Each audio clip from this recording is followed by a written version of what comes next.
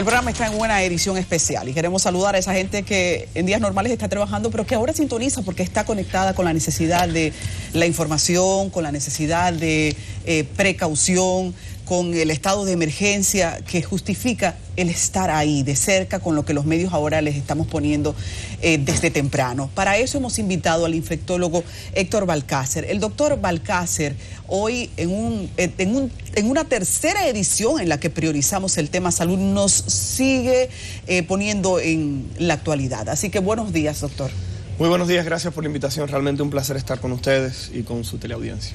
Doctor, vamos a evaluar de entrada las medidas que ha tomado hasta ahora el gobierno, ya las más extremas. ¿Usted cree que son suficientes, han llegado en el momento oportuno o quizás deberíamos ser un poco más drásticos? Mira, yo entiendo que las medidas que se están tomando van acorde a cómo están ocurriendo las situaciones de salud.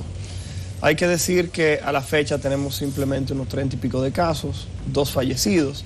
Estamos hablando de que cuando uno revisa esa cifra, uno entiende que esto pudiera empeorar, que pudiera aumentar. Sin embargo, uno también tiene que entender que hay diferentes escenarios. Hay personas que quieren que se haga un cierre completo del país, que se produzca esa orden del toque de queda y que nadie pueda salir de sus hogares. Hay que entender que ese tipo de medidas ya se aplicaron en Italia. Y cuando uno revisa lo que está ocurriendo en Italia, se da cuenta que tampoco ha sido la solución definitiva de los casos de coronavirus. ¿Por qué razón? Porque el hecho de que se haga una cuarentena total tampoco significa que las personas no van a contagiarse o que las personas no van a morir.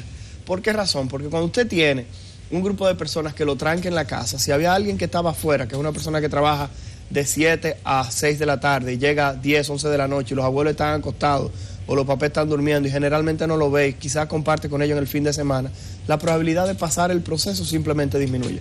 Pero si tú metes a todo el mundo en la casa 2 semanas, el que tiene el cuadro se lo va a pegar a todo el mundo. Cuando uno hace cuarentena, no es que los casos van a desaparecer, lo que pasa es que los casos se focalizan. Entonces el Estado debe tener algún tipo de respuesta porque va a tener varias personas que van a infectarse, que van a presentar síntomas en diferentes lugares, en diferentes casas, las personas simplemente van a enfermar. Se lo digo porque creen que el hecho de que se llame a un toque de queda va a ser como una varita mágica. Ellos no tienen a todo el mundo en la casa trancado y los casos van a desaparecer. No obstante, pero no recomendación en ese sentido, porque es que la Organización Mundial de la Salud ha coincidido con que esa es la mejor de las alternativas. Claro que sí, es algo que se puede hacer y es algo que creo a lo que vamos a llegar. El asunto es que la República Dominicana no tiene el mismo escenario quizá que otros países, que es lo primero que quiero decir. Cada país tiene sus características. Me explico. Cuando usted revisa lo que está pasando en Italia, que en el día de ayer, como ustedes bien dijeron, hay una gráfica que yo le pasé a las personas de producción, solamente uno chequea en Italia que en el día de ayer ocurrieron 475 fallecidos. Tú te das cuenta que posiblemente esa no va a ser la realidad en nuestro país. ¿Por qué razón? Porque la edad promedio en Italia es una población que tiene cerca de 48 años, 47 punto y pico. Miren ahí la imagen en pantalla. Y cuando uno la revisa, se da cuenta que en el día de ayer fallecieron 700 y pico de personas, y cuando uno revisa la mortalidad en Italia, se da cuenta que es una mortalidad que supera la mortalidad de otros lugares. Entonces, ¿qué ocurre? Algo tiene que estar pasando en Italia, cuyo sistema de salud, para aquellas personas que no lo saben, está dentro de los mejores 5 sistemas de salud del mundo. Hay algunos lugares que lo tienen como el segundo lugar, pero ¿qué ocurre? La población promedio en Italia tiene 47, casi 48 años. La población promedio en República Dominicana tiene 27, casi 28 años. O sea que estamos hablando de que hay una diferencia de edad de casi 20 años. ¿Qué ocurre con esta situación? A la fecha se sabe, según lo que se está observando, sobre todo en el estado de Nueva York, que era lo que estaba revisando en este momento mientras llegábamos de la pausa, justamente en la ciudad de Nueva York se ha visto que los jóvenes están demandando atenciones en los centros hospitalarios. Y muchas de estas personas se están dejando hospitalizadas. Pero cuando uno revisa la mortalidad de estos grupos de edades, personas que tienen menos de 40 años, se da cuenta que la mortalidad continúa igual que en todas partes, entre 0.1 y 0.2. O sea, muere 1 de cada 1000 personas o 2 de cada 1000 personas de esos grupos de edades. Es cierto, en algún momento podremos llegar a ese tipo de medidas, pero hay que ver qué tanto se puede contener el virus con este primer escenario de cierre parcial. Recordar que muchas veces cuando uno evita que los niños se junten en las guarderías, en los colegios, usted puede evitar que los adultos mayores, que las personas que son un poquitito más adultas, también se contaminen o se contagien. Porque creo que todo el mundo se dio cuenta de lo que pasó con la influenza.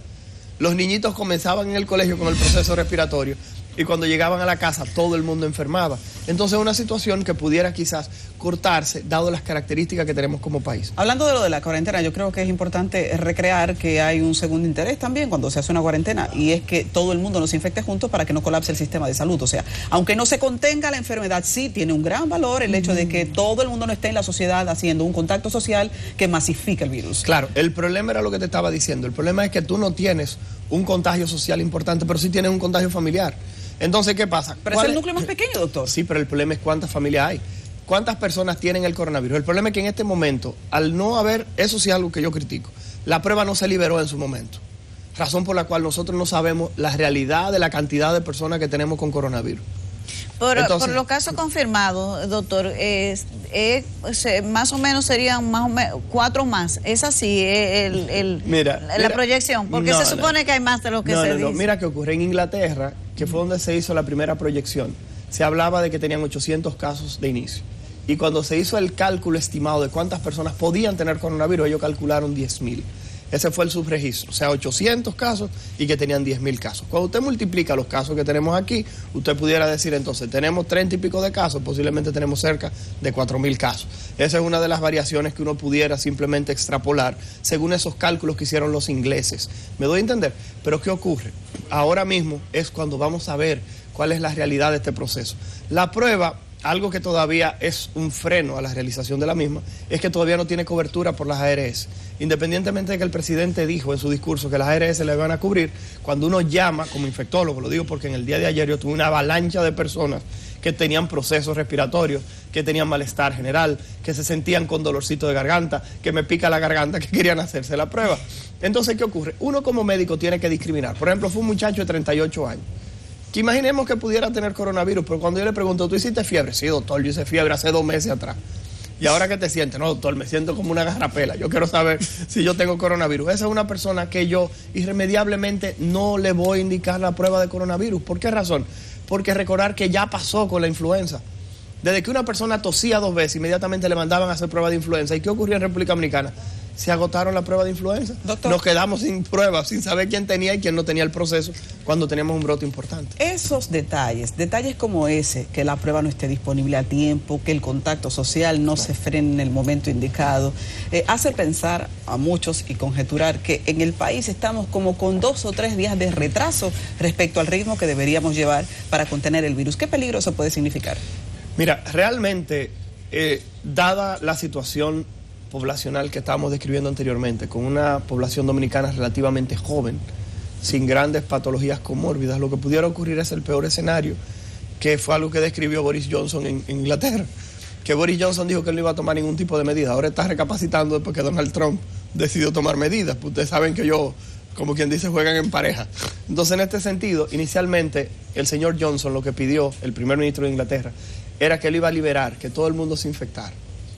Y hasta dio un discurso diciendo muchas personas van a perder seres queridos, pero Inglaterra va a surgir más fuerte y si vuelve a haber otro brote de coronavirus, las personas que sobrevivan van a tener protección contra el virus.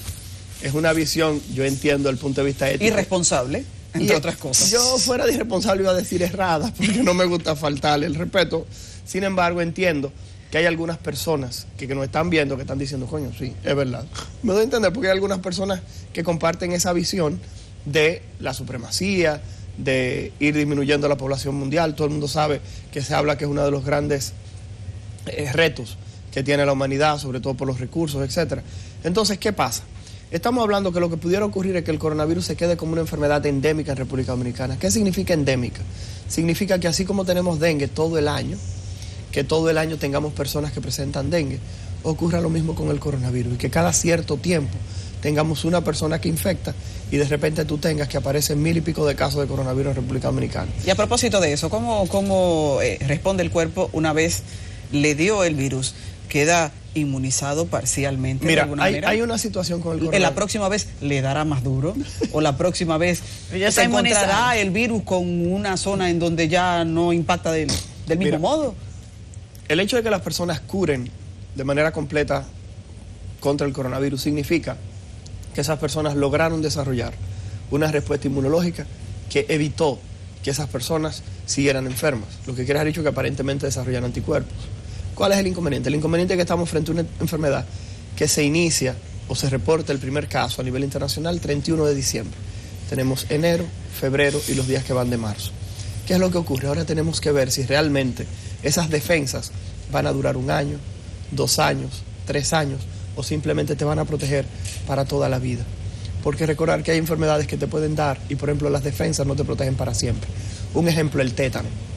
Si a una persona le da tétano, el tétano, uno de los problemas que tiene es que a ti te da, tú te curas de tétano y tú simplemente, si vuelves a tener otra herida, tienes que volver a aplicarte una inmunoglobulina o tienes que ponerte las vacunas porque la inmunidad no es para toda la vida y cada 10 años tienes que aplicarte la vacuna de nuevo. Entonces hay que esperar a ver qué ocurre. Hay una situación en este caso con el coronavirus y es que hay personas que han logrado curarse y vuelven y se reinfectan. Porque un dato que hay es que a la fecha hay 2 cepas del coronavirus circulante. ¿Es cierto eso? Porque Sí. hay mucha especulación de si la L y la S son un mito o una realidad. Lo que pasa es que ya se habla de mutaciones. Hay algunas personas que han observado que algunas cepas, por ejemplo, tienen comportamientos diferentes dependiendo de la población a la que se enfrenten. Recordar que los virus mutan, igual que el ser humano trata de progresar para poder adaptarse. Ya lo vimos con un caso bastante reciente que fue el virus del Zika, el cual mutó su genoma en un 2%. Y ya vimos el gran problema que generó a nivel mundial. Vimos que personas presentaron Guillain-Barré, personas que presentaron trastornos neurológicos, niños que nacieron con microcefalia, niños que nacieron con problemas oculares, nacieron con cierto grado de retraso. O sea que estamos hablando de una población viral que puede estar cambiando en el día a día. Los coronavirus han estado entre nosotros durante muchísimo tiempo. Algunas personas no lo saben. Estos coronavirus están descritos en la literatura médica de los 1960 y pico. Tenemos a la fecha 7 coronavirus que producen enfermedad. De todos los coronavirus malos, como yo le digo, es el que tiene la mortalidad más baja. Sin embargo, hay que entender que los otros dos, había uno que tenía una mortalidad de un 34%, que es el MERS, y había otro que tenía una mortalidad de un 10%. Hay una imagen de apoyo también que yo le envié al señor Guedes, por favor, donde yo le muestro los casos de las personas que le ha dado la enfermedad y se han sanado, así como aquellas personas que le ha dado la enfermedad y han presentado algún tipo de complicación. Por ejemplo, ahí tienen esa gráfica. Si ustedes se fijan en esa gráfica, nos habla de que cada 100 personas que presentan este proceso infeccioso, 95 no van a hacer ningún tipo de complicación. Cuando hablamos de ningún tipo de complicación es que estas personas simplemente van a tener una gripecita. Sin embargo, hay un 5% que va a presentar formas graves, los cuales van a requerir unidades de cuidados intensivos o van a requerir hospitalización general. Tenemos también lo que llamamos los casos cerrados, que eso es lo que más preocupa. Cuando uno mira esa gráfica que ve los casos cerrados, se da cuenta que aquellos casos que o se curaron o se murieron, la mortalidad está muy cerca de un 10%. Independientemente de que cuando uno toma toda la población entre los casos activos y los casos cerrados, uno se da cuenta que ronda cerca del 3-4%. Sin embargo, lo que estamos viendo es una tendencia a un incremento de la mortalidad en el coronavirus en todas partes del mundo, y esa mortalidad está siendo alada por países como Italia, países como España, que son países que, vuelvo y comento, tienen poblaciones envejecientes importantes. O sea, el hecho de que simplemente Italia en el día de ayer tuviera 475 fallecidos es algo que llama mucho la atención. Doctor, se ha informado, o el gobierno de China ha informado que se está desarrollando una vacuna y esa información se ha difundido. ¿Cuál es la realidad de eso? Si se está probando en humanos, si es verdad que ya tenemos la cura tan cerca. Explíquenos ahí. Mira, hay algo interesante y hay algo que yo siempre hago la comparación. Todo el mundo recordará lo que era la guerra espacial, cuando Estados Unidos y Rusia competían para ver quién era el primero que iba a llegar a la Luna, quién iba a conquistar el espacio. Está ocurriendo exactamente lo mismo ahora con los procesos biológicos y el desarrollo de vacunas. ¿Qué hemos observado? Que el presidente Donald Trump, 2 días antes, hoy ya hace 3 días, da una rueda de prensa con el cirujano general de los Estados Unidos, lo que sería el ministro de Salud, y la encargada del Departamento de Salud de los Estados Unidos. Esas 2 personas, acompañando al presidente Donald Trump, dice que los Estados Unidos acaba de aplicar la primera dosis de la vacuna del coronavirus a una persona sana. Y posteriormente anuncia que hay 45 voluntarios sanos que se van a dejar aplicar la vacuna para ver cuál es su respuesta a largo tiempo. Habla además, da el detalle de que son 2 dosis y se va a probar para ver si la misma puede brindar inmunidad por cuánto tiempo. Pero hay una palabra que se le olvida a mucha gente y es la parte de la seguridad. Estamos hablando de un virus que tiene una letalidad, entre todos los casos, repito, de cerca de 3-4%, pero imaginemos que la vacuna tenga una mortalidad de un 10%. Entonces, por tal razón hay que ver si la vacuna, además de ser efectiva, también puede ser segura. Imaginemos que hay diferentes poblaciones. Generalmente los voluntarios sanos, ¿quiénes son? Son personas entre 20, 40, 50 años, que son personas sanas. Eso nos representa a los niños, nos representa a las embarazadas, nos representa a los adultos mayores, porque sabemos que experimentar con medicamentos en embarazadas es algo éticamente incorrecto. Y generalmente los estudios en embarazada aparecen de la siguiente manera. Tú vacunaste a una mujer que dice, no, yo no estoy embarazada, porque mi fecha de última menstruación hace 2 días. Y 2 meses después aparece que sí estaba embarazada. Doctor. Entonces, no, ustedes creen que es relajando, pero es así. Pero no, le creemos efectivamente. Entonces, justamente estamos hablando de que esa vacuna puede ser efectiva, pero a la fecha no se conoce si es segura. Lo de los chinos lo han anunciado con bombos y platillos, pero no son el único país. Hay que decir que hay otros países que ya han hablado, Israel, Cuba está Francia, celebrando que lo tiene. Cuba está Israel celebrando lo mismo, pero repito, esta vacuna del coronavirus fue una situación tan prioritaria para la humanidad que es la primera vacuna que no se ha probado en animales y se ha probado directamente en humanos. Doctor, hablando de vacunas, sí. Aquí hace un tiempo, después que tuvimos muchos casos de H1N1, de influencias, entonces hay vacunas que la gente ha estado ya oportunamente aprovechando. Se ha demostrado, porque ahora hay un correr por esas vacunas, se ha demostrado que tenga algún tipo de inmunidad quien ya se había antes vacunado por la influenza, por una de esas. Mira, es una excelente pregunta, pero la realidad es la siguiente. Tú lo que quieres evitar es que la persona haga la coinfección.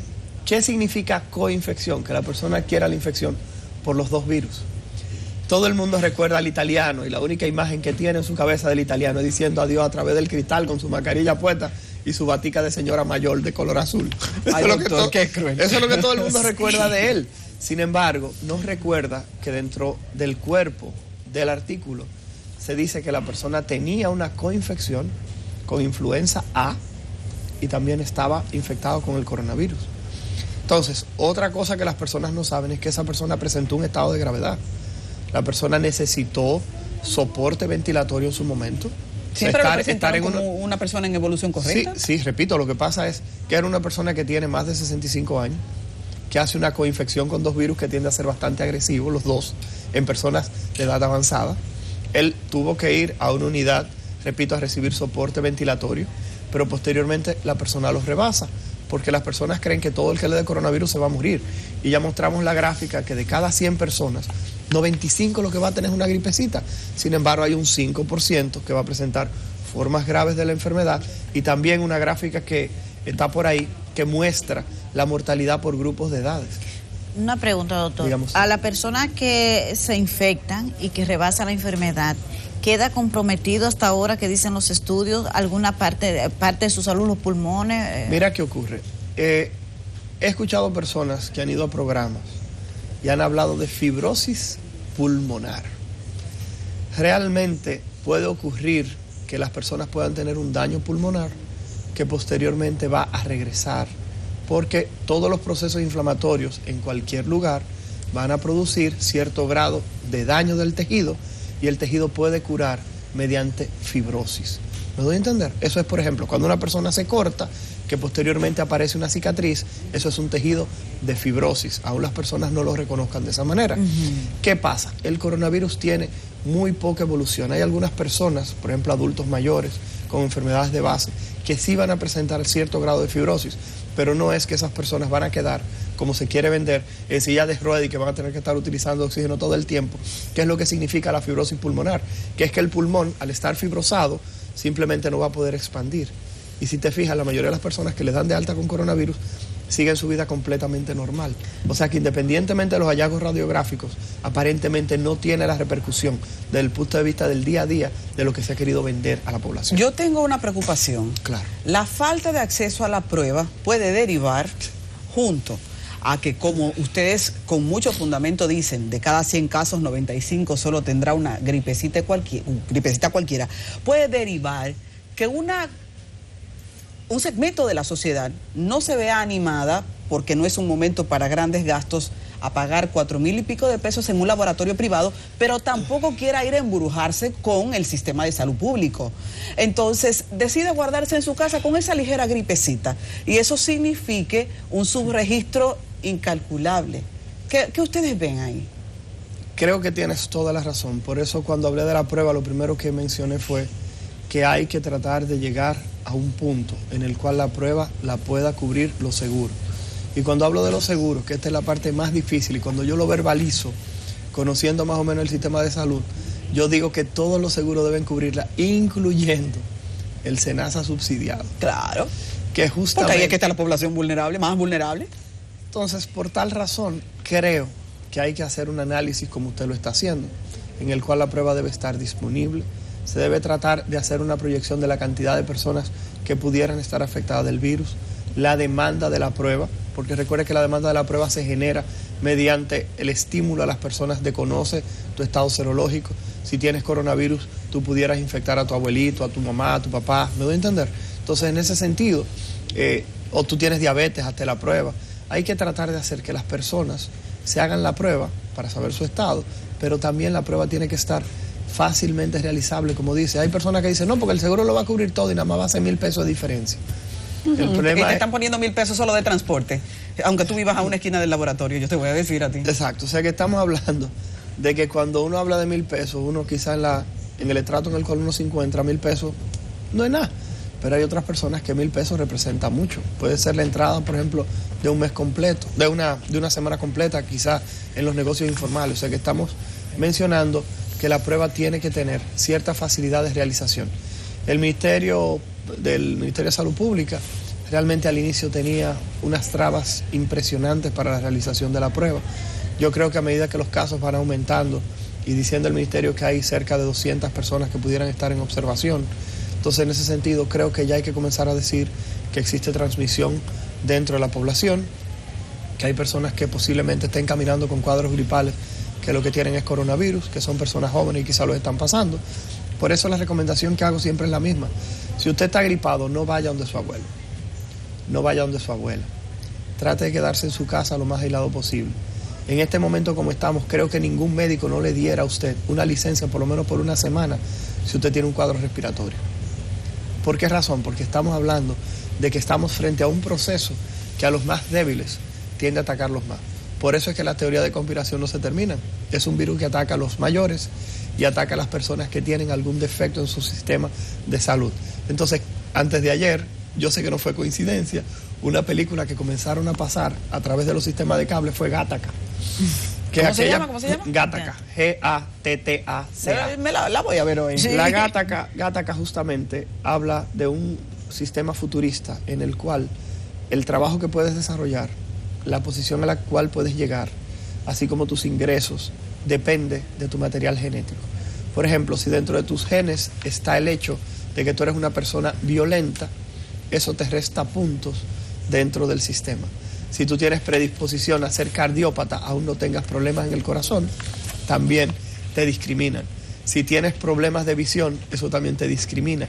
Y simplemente por un puntaje te van descartando como ser humano, independientemente del tipo de persona que seas, solamente tus genes van a ser la parte que predomine en tu desenvolvimiento, tu desarrollo social. Doctor, antes de irnos, que ya estamos terminando. Anda la porra, no puse esto en vibración, perdónenme. Esto es en vivo. Sí, estas cosas suceden en vivo. Mire, doctor, ayer vi una información de España que un paciente con coronavirus de 37 años falleció y no tenía ninguna situación de salud comprometedora como ha sido hasta ahora el patrón. Claro. ¿Qué explicación hay para eso? Porque yo siento como que eso asustó un poco. Ok, mira, recuerda que no es que una persona con más de 30 años no pueda fallecer, porque está descrito.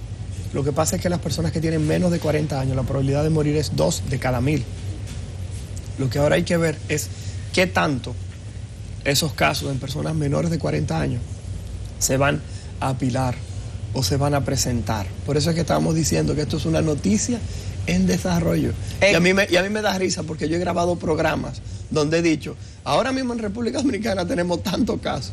Y al otro día el ministro de una rueda de prensa y el programa va a salir 2 días después. Y yo me veo y digo, oh Dios mío, parece que estoy hablando disparate. Entonces, en ese sentido hay que decir que esto es una noticia en desarrollo. Doctor Balcácer, hemos llegado a la parte final y queremos agradecer lo llano de su conversación, es muy cercano en el estilo de informar y que los infectólogos estén dispuestos porque aquí necesitaremos hablar de esto para largo. Claro que sí, he visto al doctor Carlos Rodríguez varias ocasiones en la noche El doctor Rodríguez tiene una forma quizá un poco más agresiva de conversar que yo. Entiendo que lo de la cuarentena total hay muchas personas que lo están pidiendo porque creen que eso va a salvar a la población, repito. Es cierto, puede ayudar, pero eso también significa que los más ancianitos posiblemente se van a exponer más en el foco familiar. Razón por la cual hay que tener también una respuesta sanitaria montada antes de hacer eso, porque lo que significa es que en una casa, una persona con coronavirus, 5 personas en el hogar, tú tienes que poder llamar a una unidad que pase a recoger a la abuelita o al papá que se puso malo y tener un lugar donde llevarlo y se le pueda brindar las atenciones quizá de ventilación. O sea que estamos hablando de que es un proceso que va más allá de simplemente mandar un rayazo por escrito, como muchas personas quieren que ocurra. Muchísimas gracias, doctor. Y para terminar esto, un consejo que hemos adoptado en mi casa, ya que todos estamos ahora mismo en un contacto de la casa, pero que, por ejemplo, en mi caso yo sigo trabajando y mi esposo también, menos besos a los niños. Este es un momento para el cariño, darlo, pero en modos distintos. Vamos a una pausa.